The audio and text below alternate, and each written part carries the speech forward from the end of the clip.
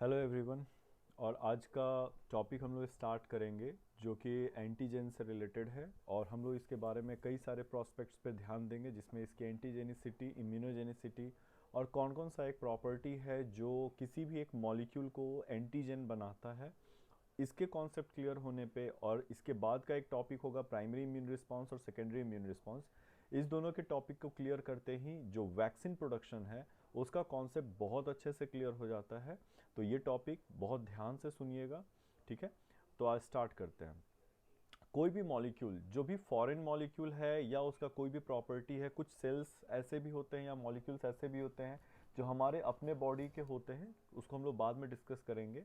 उसको कोई भी फॉरेन मॉलिक्यूल को जैसे ही आप अपने बॉडी में इंट्रोड्यूस करते हैं और अगर वो फॉरेन मॉलिक्यूल किसी बॉडी में इंटर करने के बाद में एंटीबॉडी के प्रोडक्शन को एलिसिट करता है, स्टार्ट करता है, तो हम उस मॉलिक्यूल को एज एन एंटीजन कंसिडर कर सकते हैं। लेकिन इसके साथ में दो कॉन्सेप्ट आता है, जिसमें पहला तो क्या है कि आप एंटीजन के बारे में पहले क्या डिस्कशन हम लोगों ने किया, विच स्टार्ट्स या which induce the production of antibody, production of antibody, ठीक है। प्रोडक्शन ऑफ एंटीबॉडी वन, जब उसको आप इंड्यूस कर रहे होते हैं। लेकिन इसमें एक कॉन्सेप्ट ये आता है कि कई मॉलिक्यूल्स ऐसे होते हैं जिसको आप इंड्यूस करते हैं या बॉडी में डालते हैं, तो वो प्रोडक्शन ऑफ एंटीबॉडी तो करते हैं सिग्नल के तौर पे, लेकिन वो प्रोड्यूस्ड एंटीबॉडी से बाइंड नहीं करते हैं। और कुछ मॉलिक्यूल्स ऐसे होते हैं जो पहले से प्रोसेस किए हुए एंटीबॉडी से बाइंड करते हैं, लेकिन उनको प्रोड्यूस जब इंड्यूस किया जाएगा या बॉडी में डाला जाएगा तो उससे कोई भी एंटीबॉडी का प्रोडक्शन नहीं होगा।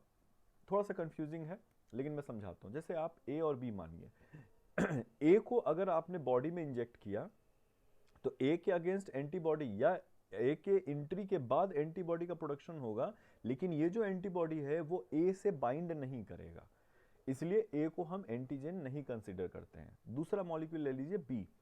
बी को जब हम इंड्यूस करते हैं तो बॉडी में हमारे पहले से जो एंटीबॉडी अवेलेबल है वो उससे रिएक्ट तो करेगा, लेकिन बी के अगेंस्ट में कोई भी एंटीबॉडी जब उसको एंट्री कराया जा रहा है तब कोई भी एंटीबॉडी का प्रोडक्शन नहीं होता है, तो भी बी को हम कंसीडर नहीं कर सकते एंटीजन के लिए। तो एंटीजन के लिए जो सबसे बड़ा दो प्रॉपर्टी को कंबाइन किया जाता है कि ठीक है उसके इंडक्शन के चलते एंटीबॉडी का प्रोडक्शन होता है, ये तो एक प्रॉपर्टी है, लेकिन वो अपने इंडक्शन से प्रोड्यूस्ड एंटीबॉडी से बाइंड भी करना चाहिए। यानी अब आप आ जाइए सी, एक सी मॉलिक्यूल लीजिए जिसको अगर आप इंड्यूस करते हैं तो एंटीबॉडी सी के अगेंस्ट में प्रोड्यूस भी होता है और साथ ही साथ सी जो है वो अपने द्वारा प्रोड्यूस किया हुआ एंटीबॉडी से बाइंड भी करता है, then only the molecule C is considered to be an antigen. तो यहां ए और बी चूंकि एक प्रोड्यूस करता है बाइंड नहीं करता है, दूसरा बाइंड करता है प्रोड्यूस नहीं करता है, इसलिए ए और बी को हम एज एंटीजन कंसिडर नहीं करते हैं। जबकि सी जो होता है वो अपने अगेंस्ट एंटीबॉडी प्रोड्यूस भी करता है, प्रोड्यूस मतलब इंड्यूस करता है कि आप प्रोड्यूस करो, और साथ ही साथ प्रोड्यूस्ड एंटीबॉडी से वो बाइंड भी करता है, इसलिए सी को हम प्योर एंटीजन कंसिडर करते हैं। तो यहां पे हम लोग मेंशन करेंगे कि what is the exact property of any molecule to be an antigen when introduced when introduced when introduced in body, ठीक है। it should produce it should produce antibody against itself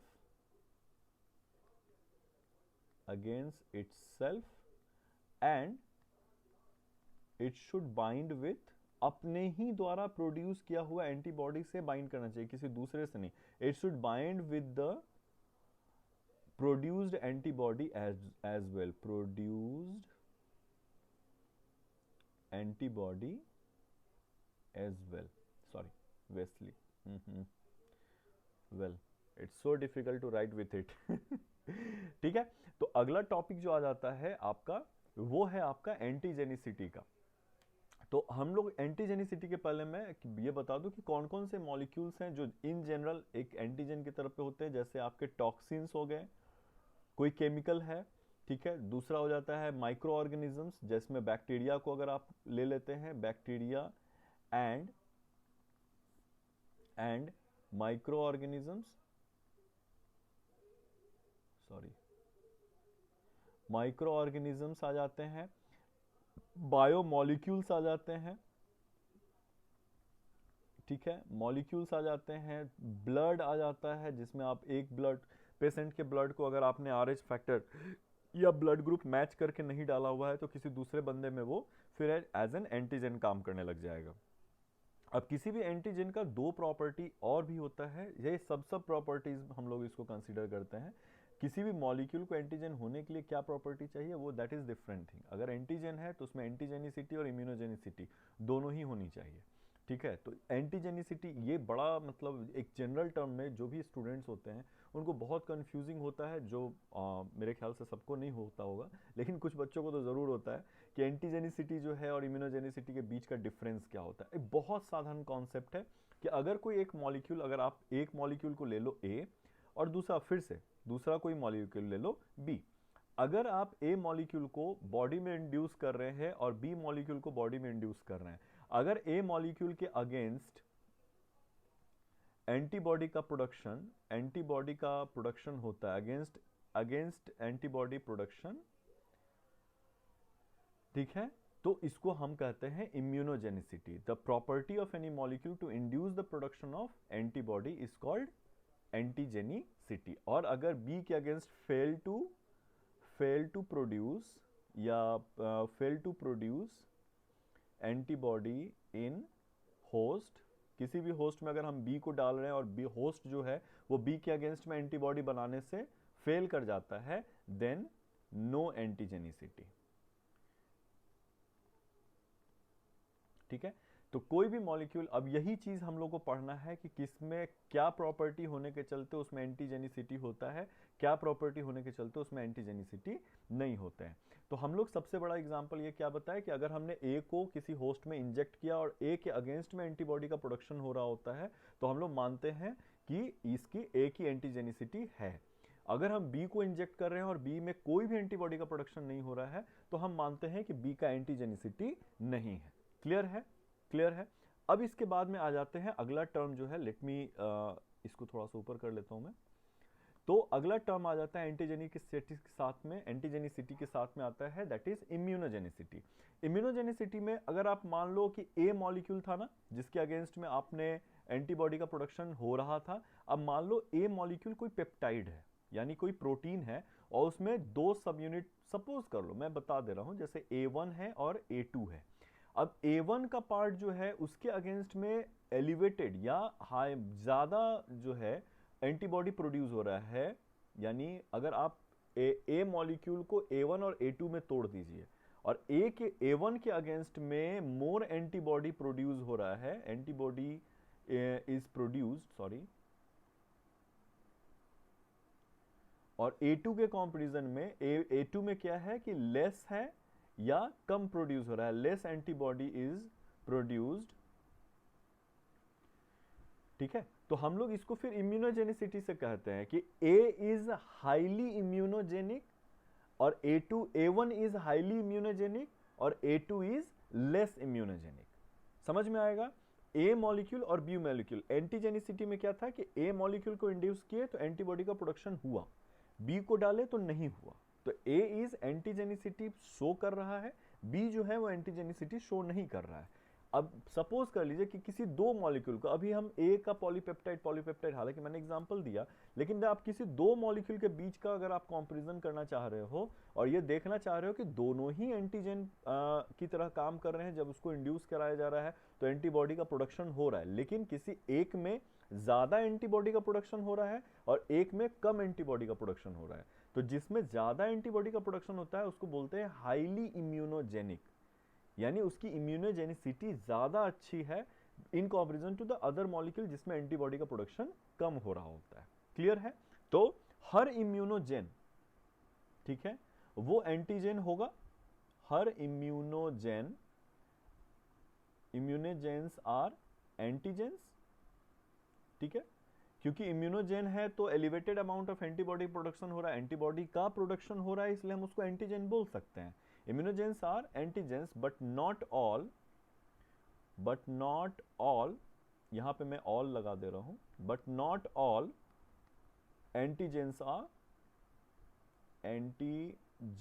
are immunogens. Not all and no all immunogens are antigen by nature, but not all antigens are immunogen by nature. ठीक है, अब आ जाते हैं हम लोग इस प्रॉपर्टी को चेक करने के लिए कि कोई भी मॉलिक्यूल एज एन एंटीजन किसी को करेक्ट करना है या पहचानना है, तो ये किस तरीके से उसको डिसाइड किया जाता है। अब फॉरेननेस पे, फॉरेननेस मतलब क्या होता है कि कोई भी मॉलिक्यूल कितना फॉरेन है।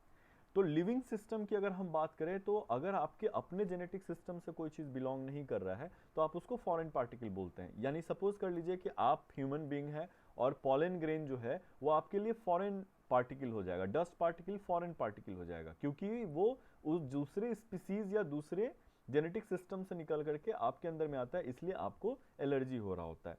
तो फॉरेननेस क्या होता है, molecule difference in molecules, sorry,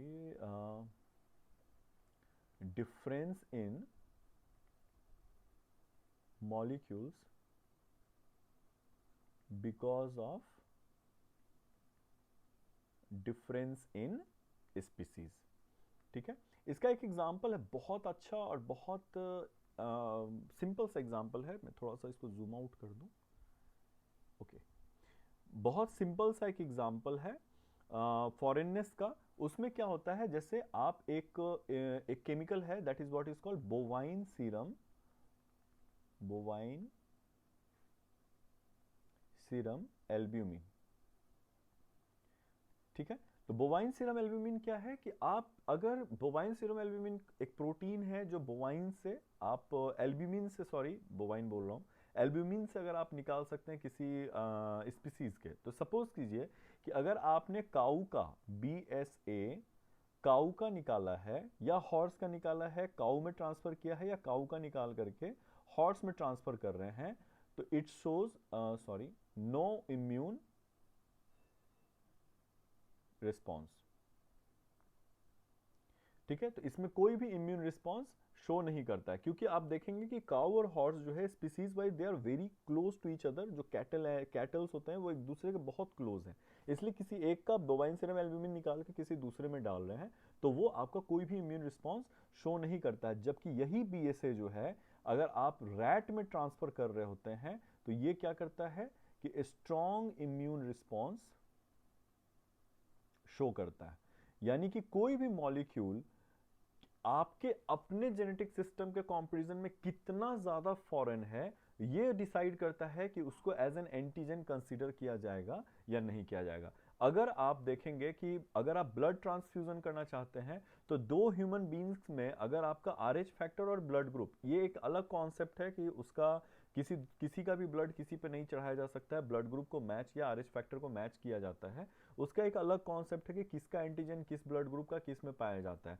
लेकिन फिर भी आप देखेंगे कि ह्यूमंस का ब्लड ह्यूमंस में बहुत आसानी से ट्रांसफ्यूज किया जाए, ट्रांसप्लांट या ट्रांसफ्यूज किया जा सकता है अगर आप उसका ब्लड ग्रुप और RH फैक्टर को मैच कर रहे होते हैं तो। लेकिन अगर आप किसी दूसरे स्पीसीज के ब्लड को हमारे अंदर में ट्रांसफर कीजिएगा तो this will not work, just because कि एक स्पीसीज लेवल पे जो उनका प्रोटीन का जो सिक्रीशन हो रहा होता है, जो ब्लड से फ्लो कर रहा होता है, वो कंप्लीटली हमारे स्पीसीज के हिसाब से एक कंप्लीट दूसरा डिफरेंट मॉलिक्यूल होता है। इसलिए जैसे ही हमारे बॉडी में आप उसको इंड्यूस कीजिएगा तो आपका बॉडी जो है उसको एज एन एंटीजन कंसीडर करेगा और जो भी ब्लड आप चढ़ा रहे हैं वो उसको एक्सेप्ट नहीं करेगा। तो यहां पे आपके आ जाते हैं फॉरेननेस का कॉन्सेप्ट है। फिर आ जाइए मॉलिक्यूलर साइज का, let me put it on, थोड़ा सा इसको ऊपर कर लेता हूं मैं। ठीक है, तो मॉलिक्यूलर साइज जो है ये बहुत मायने रखता है यहां पे भी और यहां पे भी। यहां पे मैं बता रहा हूं कि जो छोटा मॉलिक्यूलर साइज है वो लेस इम्यूनोजेनिक एंटीजेनिक होता है, बड़ा मॉलिक्यूलर साइज होता है तो ज्यादा अच्छे से इम्यून रिस्पॉन्स करता है। लेकिन प्रोसेसिंग एंड प्रेजेंटेशन में, सॉरी मैं यहां पे F लिख दिया हूं, if I can edit over here, let me pause it.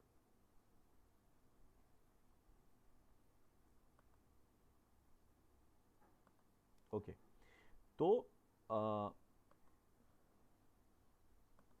थोड़ा सा यहाँ पे एक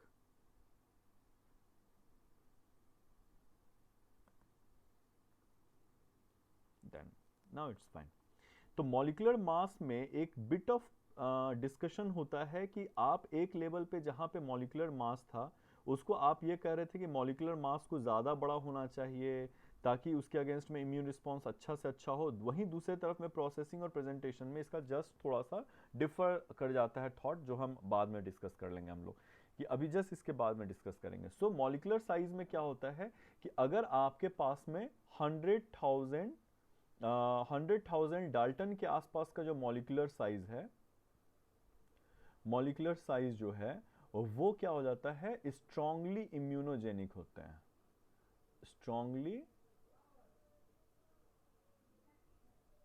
इम्यूनोजेनिक, ठीक है। जबकि वहीं आपके जो 500 से 1000 डाल्टन के आसपास का जो अगर एंटीजन है उसका साइज 500 से 1000 डाल्टन से भी छोटा अगर है तो बहुत उसको पुअर इम्यूनोजेनिक बोला जाता है, बहुत पुअर इम्यूनोजेनिक बोला जाता है। और साइज इन बिटवीन 1000 टू 10,000, यानी कि 1000 से 10,000 के बीच का जो भी आपका 100,000 के बीच का जो भी आपका मॉलिक्यूल्स हैं डाल्टन के आसपास का, वो फेयरली इम्यूनोजेनिक बोला जाता है, ठीक है। तो कोई भी यहाँ पे एक साइज और उसका एक रेंज दे दिया गया हुआ है कि न सिर्फ आपको एक फॉरेन मॉलिक्यूल के तौर पे बिहेव करना चाहिए, बल्कि साथ साथ में उसका साइज भी मैटर करता है। अगर आप इससे छोटे साइज के हैं तो आपका इम्यून सिस्टम उसको रिकॉग्नाइज ही नहीं करेगा एज एन एंटीजन। इससे ज्यादा बड़े साइज के हैं तभी जाकर के वो स्ट्रॉन्ग इम्यूनोजेनिक कंसीडर किया जाता है।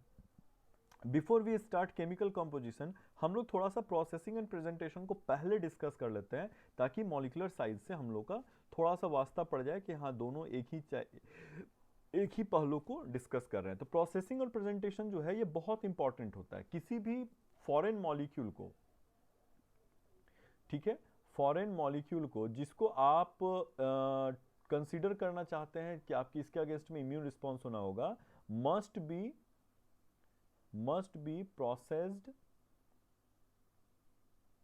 processed and presented by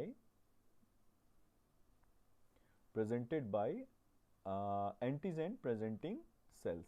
APC मतलब एंटीजन प्रेजेंटिंग सेल्स। मेरा एक वीडियो है जो एंटीजन प्रेजेंटिंग सेल्स के बारे में डिस्कस किया गया हुआ है, जिसमें आप टी सेल्स वाला जो है सेल्स ऑफ इम्यून सिस्टम में बी सेल और टी सेल्स का जो है उसमें डिस्कशन मैंने किया हुआ था। तो टी सेल वाले में एंटीजन प्रेजेंटिंग सेल्स का डिस्कशन किया गया हुआ है। Please go back and go through those videos, तो आपको एंटीजन प्रेजेंटिंग सेल्स का थोड़ा सा कॉन्सेप्ट आ जाएगा। तो एंटीजन प्रेजेंटिंग सेल्स मोस्टली क्या होते हैं आपके, जिसमें बी सेल्स, बी लिम्फोसाइट्स भी आते हैं, लेकिन मोस्टली होते हैं फैगोसाइटिक सेल्स। क्लियर है। तो फैगोसाइटिक सेल्स के लिए क्या है कि इनका प्रोसेसिंग, कोई भी फॉरेन पार्टिकल या ऑर्गेनिज्म है, सपोज बैक्टीरिया है, तो bacteria as such immune system में रिकॉग्नाइज नहीं किया जाता है, बल्कि बैक्टीरिया में पाया जाने वाला सेल सरफेस प्रोटीन या उसका कोई एंटीजन है वो हमारा इम्यून सिस्टम उसको रिकॉग्नाइज करता है। तो एंटीजन या उसका कोई पेप्टाइड, उसके लिए क्या करते हैं कि बैक्टीरिया को पहले प्रोसेस करना पड़ता है, फैगोसाइटोसिस से उसको तोड़ना पड़ता है, और फिर तब उसमें का किसी एक पेप्टाइड को उठा करके प्रेजेंट किया जाता है कि चूंकि ये हमारे इम्यून सिस्टम से या हमारे अपने जेनेटिक सिस्टम से बिलोंग नहीं करता है, इसलिए हम इसको प्रेजेंट कर रहे हैं कि आप इसके अगेंस्ट में एंटीबॉडी बनाइए। तो उसका फैगोसाइटोसिस होना जरूरी होता है। यहाँ पे जो साइज, बड़े साइज के है ना, तो जिसमें आपके पैरासाइट्स आ जाते हैं, जैसे पैरासाइट्स एंड मैक्रोमोलिक्यूल्स, ठीक है। तो मैक्रोमोलिक्यूल्स जो होते हैं, because of being bigger size, आपके बहुत ज्यादा बड़े साइज के होते हैं। सपोज कर लो कि फैगोसाइटिक सेल से भी बड़ा है तो वो फैगोसाइटोसिस कर ही नहीं पाएगा, ठीक है। तो because of their large size, ठीक है, लार्ज साइज, उनका phagocytosis fail to phagocytose, fail to phagocytose. तो उनका फैगोसाइटोसिस ही नहीं हो पाता है। इसके चलते क्या होगा कि आपका प्रोसेसिंग और प्रेजेंटेशन रुक जाता है, और वही एंटीजन विथ एप्रोप्रिएट, जो आपके बहुत अच्छे साइज के होते हैं, साइज वायबल होते हैं आपके, वायबल साइज के होते हैं, सॉरी VIABLE, वायबल साइज के होते हैं, तो उनका प्रोसेसिंग एंड प्रेजेंटेशन है। तो कैसे होगा कि एंटीजन होगा, फैगोसाइटोसिस होगा, फैगोसाइटोसिस हो जाने के बाद में एंटीजन प्रेजेंटिंग सेल से रिएक्ट करते हैं। एंटीजन प्रेजेंटिंग सेल्स के द्वारा प्रेजेंट करने पे ये मॉलिक्यूल्स दो तरीके से बाइंड करेंगे, MHC क्लास 1 और MHC क्लास 2। अगर MHC क्लास 2 है, ये आपको पता होगा, टी सेल्स में मैंने डिस्कस किया हुआ था, तो वो टी साइटोटॉक्सिक्स को एक्टिवेट करते हैं, जबकि MHC क्लास 2 जो होते हैं वो टी हेल्पर सेल को एक्टिवेट करते हैं। टी हेल्पर सेल फिर साइटोकाइंस का प्रोडक्शन करेंगे, साइटोकाइंस के प्रोडक्शन से फिर से बी सेल का एक्टिवेशन होगा, बी सेल फिर से आपके प्लाज्मा एंड मेमोरी सेल्स का डेवलपमेंट करते हैं, और प्लाज्मा सेल क्या करते हैं, आपके एंटीबॉडी का प्रोडक्शन के लिए प्रोसीड कर जाते हैं। तो आप ये इस पाथवे में आप समझ सकते हैं कि आपके लिए कितना इंपॉर्टेंट है किसी भी एंटीजन का प्रोसेसिंग और प्रेजेंटेशन होने का। लेकिन यहाँ पे साइज कैसे इंपॉर्टेंट है कि अगर आपका ओवर साइज हो रहा है 10,000 डाल्टन या 100,000 Dalton is a very good immunogenic, but at the same time its size, if its size increases to a level where the phagocytosis process is inhibited by the size of the parasite और जो भी macromolecules है, अगर उसके size के चलते उसका phagocytosis नहीं हो पा रहा है तो फिर वो पुअरली इम्यूनोजेनिक हो जाएगा। फिर क्लियर है? तो ये दोनों के साइज में क्या है कि साइज में एक साइड में रेंज दिया हुआ है, साथ में रेंज होने के बाद भी बहुत ज्यादा मतलब बड़ा नहीं होना चाहिए। फिर आ जाते हैं हम लोग केमिकल कॉम्पोजिशन पे, and this is what is very important topic. Chemical composition में क्या होता है कि अगर आपके पास सब कुछ है, फॉरेननेस भी है, साइज भी है, उसका प्रोसेसिंग और प्रेजेंटेशन भी होने के लायक साइज और ये है कि वो प्रोसेसिंग और प्रेजेंटेशन है, लेकिन केमिकल कॉम्पोजिशन इतना सिंपल है। यह सपोज कर लो कि अगर आप एक एमिनो एसिड का, सपोज कर लो एक ही टाइप के एमिनो एसिड का एक पॉलीपेप्टाइड चेन आपने बना रखा हुआ है, तो सिंपल पॉलीपेप्टाइड चेन है, पॉलीपेप्टाइड चेन है। अगर हम लोग ओलिगो एमिनो एसिड्स को ओलिगो चेन या ओलिगो पेप्टाइड्स का बना दिए कि n number of amino acid को, एक ही टाइप के एमिनो एसिड को जोड़ दिया और बहुत लंबा चेन बना दिया, इतना लंबा चेन बनाया कि उसका साइज, मॉलिक्यूलर वेट सब कुछ एंटीजन के हिसाब से फिट बैठ रहा है, लेकिन फिर भी उसके अगेंस्ट में एंटीबॉडी का प्रोडक्शन नहीं होगा, क्योंकि it's too much simple structure जो आप किसी भी नॉर्मली आपके लिए हार्मलेस हो जाता है वो। ठीक है, अब इसमें आपको मैं बताऊंगा डी और L form of amino acids के लिए भी मैं बताऊंगा, फिर आपको ये भी बताऊंगा कि किस तरह से प्रोटीन का, जैसे आप सिंपल ही देख लो ना, जैसे आप एक टाइप में एमिनो एसिड्स का एक ही एमिनो एसिड का एक चेन बनाया और उसको एज एन एंटीजन इंजेक्ट किया बॉडी में, आप देखेंगे उसके अगेंस्ट में कोई भी एंटीबॉडी का प्रोडक्शन नहीं हो रहा है। लेकिन अगर आप हेट्रोजीनस यानी 1, 2, 3, 4 तरह के एमिनो एसिड्स को यूज करके और तब आप एक मिक्सचर ऑफ एमिनो एसिड्स का अगर आप एक लंबा चेन बनाते हैं, वो तुरंत जो है एंटीजेनिसिटी और इम्यूनोजेनिसिटी शो करना शुरू कर देगा। यही जो आपका protein structural level, advance structural level जो होता है, जिसमें आपके प्राइमरी, सेकेंडरी, टर्सरी और क्वाटरनरी स्ट्रक्चर है प्रोटीन का, इस पे भी एक वीडियो है प्रोटीन वाले में। तो primary, secondary, tertiary, quaternary structural modifications जो हैं वो क्या करते हैं, अगर आप प्राइमरी स्ट्रक्चर ऑफ पॉलीपेप्टाइड लेंगे तो उसके अगेंस्ट में बहुत पुअर इम्यून रिस्पॉन्स होता है। और ये जो प्राइमरी, सेकेंडरी, टर्सरी और क्वाटरनरी स्ट्रक्चर में क्या हो रहा है कि कोई भी प्रोटीन एक स्ट्रेट चेन से कॉम्प्लेक्स क्वाटरनरी और 3D स्ट्रक्चर में आ रहा होता है, and this complexity elicit it's antigenicity और इम्यूनोजेनिसिटी। ये जो कॉम्प्लेक्स स्ट्रक्चर बन रहा होता है वही उसकी एंटीजेनिसिटी को इंक्रीज करता है। तो modification increases antigen property of any polypeptide. ठीक है, अब एक और चीज देख लो कि अगर कोई प्रोटीन है ए, सपोज करो ए पॉलीपेप्टाइड है, कोई ए पॉलीपेप्टाइड है, तो उसके अगेंस्ट जो डिग्री ऑफ एंटीजन का प्रोडक्शन हो रहा है, अगर आप ए पॉलीपेप्टाइड के साथ में बी कोई भी मॉलिक्यूल को ऐड कर दो, सपोज कर लो ये मॉलिक्यूल क्या क्या हो सकते हैं, कार्बोहाइड्रेट हो सकते हैं, लिपिड हो सकते हैं, कार्ब, लिपिड कुछ भी हो सकता है, तो ग्लाइकोप्रोटीन, लाइपोप्रोटीन, इस तरह का करेंगे तो ये और भी ज्यादा एलिवेटेड जो है आपके एंटीबॉडी का प्रोडक्शन करना शुरू कर देते हैं। यानी कि अगर आप जैसे जैसे मॉलिक्यूल्स को कॉम्प्लेक्स बनाते चले जाइएगा, उसमें इम्यून रिस्पॉन्स जो है और भी ज्यादा तेजी से बढ़ना स्टार्ट हो जाता है। अब यहाँ पे दो टर्म्स हैं जो यूज किए जाते हैं, जो मैं एक अलग वीडियो में इस पे बना के डालना चाह रहा था, मैं बनाऊंगा भी, सिर्फ इतना ही डिस्कशन नहीं करूंगा, बस इस वीडियो को मैं थोड़ा छोटा रखना चाह रहा था, इसलिए मैं सिर्फ एडजुवेंट्स और हैप्टेंस एंड एडजुवेंट्स का डिस्कशन करूंगा। ठीक है, एडजुवेंट्स, ठीक है। तो हेप्टेन्स क्या होते हैं ना कि हेप्टेन्स, कुछ मॉलिक्यूल्स को हेप्टेन कंसीडर किया जाता है कि अगर उनके अगेंस्ट में ये है एज एन एंटीजन ही, लेकिन ये फेल टू प्रोड्यूस एंटीबॉडी। इसके लिए क्या करना पड़ता है कि हेप्टेन्स को आपको कैरियर प्रोटीन के साथ में आपको ऐड करना पड़ता है।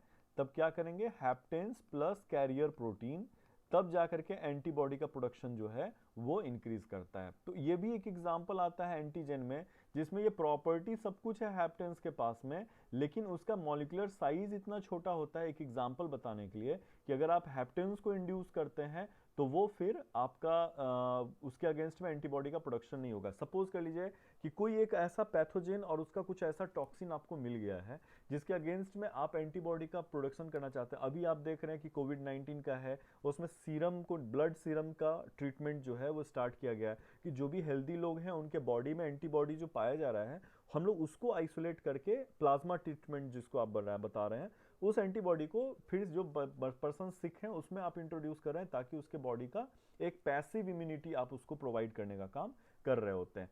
ठीक उसी तरह से हेप्टेन से मान लीजिए आपको पता भी चल गया कि ये टॉक्सिन है, लेकिन इसका मॉलिक्यूलर वेट इतना कम है कि इसके अगेंस्ट में इम्यून रिस्पॉन्स करा पाना बहुत मुश्किल है। तो आपको क्या करना होता है कि उसके साथ में एक कैरियर प्रोटीन को डालना पड़ता है ताकि हेप्टेन प्लस कैरियर प्रोटीन दोनों का मॉलिक्यूलर साइज इंक्रीज कर जाए और बाकी एंटीजन की जो प्रॉपर्टीज थी, फॉरेननेस, हेट्रोजेनिसिटी वगैरह, वो सब कुछ उसमें पहले से है। तो जैसे ही आप कैरियर प्रोटीन के साथ डालते हैं तो एक लास्ट कैरेक्टरिस्टिक भी उसका पूरा हो जाता है और उसके अगेंस्ट में एंटीबॉडी बनना शुरू हो जाते हैं। वहीं पे एडजुवेंट्स जो हैं वो एक सब क्लास है, एंटीजन का ही एक सब क्लास इसको मानिए कि आप इसके एडजुवेंट्स के केस में क्या होते हैं कि जैसे ही इसको अगर आप किसी भी एक एंटीजन है, एंटीजन 1 प्लस एडजुवेंट, अगर एक नॉर्मल एंटीजन है तो उसके अगेंस्ट में जितना इम्यून रिस्पॉन्स हो रहा होगा, एंटीजन प्लस एडजुवेंट्स को अगर आप ऐड करते हैं, एडजुवेंट्स को ऐड करते हैं तो एंटीबॉडी का प्रोडक्शन जो है वो और भी ज़्यादा एलिवेटेड हो जाता है। तो इसका क्या काम है कि एक प्रोलॉन्ग एक्सपोजर के लिए हेल्प करता है, यानी आपके बॉडी में एंटीजन जितनी देर तक रहेगा आपका बॉडी उतना ही ज़्यादा एंटीबॉडी बना रहा होता है। तो इसको क्या करते हैं कि प्रोलॉन्ग, मेन काम इसका होता है प्रोलॉन्ग एक्सपोजर में हेल्प करना, बॉडी में ज़्यादा देर तक एंटीजन को लगा के रखना, और लोकल इन्फ्लामेशन में भी ये, इन्फ्लामेशन क्या होता है, नॉन स्पेसिफिक इम्यून रिस्पॉन्स है, लोकल इन्फ्लामेशन में भी ये हेल्प कर रहा होता है। Is it clear? तो this was all about the antigen जो आज की क्लास थी। तो आप इस वीडियो को देखिए, इससे रिलेटेड जो भी डाउट होगा प्लीज कमेंट सेक्शन में जाकर डालिएगा, and please do not forget to share the channel. हम लोग बहुत तेजी में 300 सब्सक्राइबर्स तक पहुंच गए, although I am a very small YouTuber, but it seems like that कि 300 लोग मेरे चैनल को देखना चाह रहे हैं, that is more than enough for me. तो आप प्लीज़ चैनल को सब्सक्राइब कीजिए और अपने दोस्तों के साथ शेयर कीजिए, और इससे रिलेटेड जो भी डाउट होगा पक्का होगा ठीक है। तो जो भी डाउट होगा उसको प्लीज़ कमेंट सेक्शन में आकर के पूछिएगा। I will be more than happy to discuss all those things with you. So thank you and bye bye.